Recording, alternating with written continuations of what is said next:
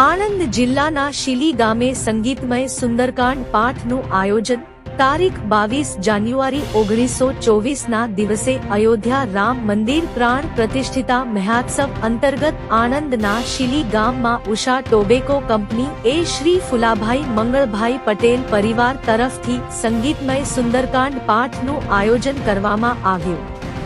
આ શુભ પ્રસંગે બહુ મોટી સંખ્યામાં ભાવિક ભક્તો પધાર્યા હતા। ધામધૂમથી શ્રદ્ધાપૂર્વક રામ ઉત્સવની ઉજવણી કરી।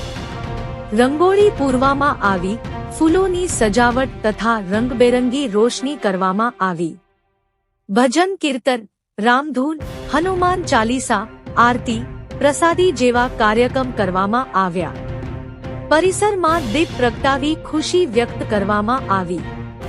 હિન્દુ ધર્મમાં સુંદરકાંડના પાઠનું વિશેષ મહત્વ છે।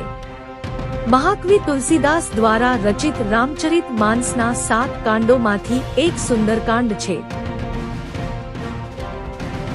ધાર્મિક માન્યતા છે કે સુંદરકાંડનો પાઠ કરવાથી મુશ્કેલીઓ દૂર થઈ જાય છે અને માર્ગમાં આવતી દરેક મુશ્કેલીઓ દૂર થઈ જાય છે।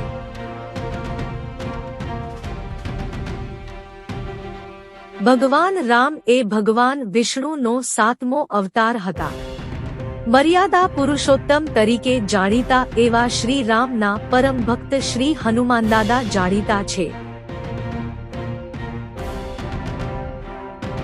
શ્રી રામ યોદ્ધા હતા તો કરુણાની મૂર્તિ પણ ખરા। રાજા દશરથ અને રાણી કૌશલ્યાના લાડલા પુત્ર। હિન્દુ ધર્મમાં ભગવાન રામ પ્રમુખ દેવ છે।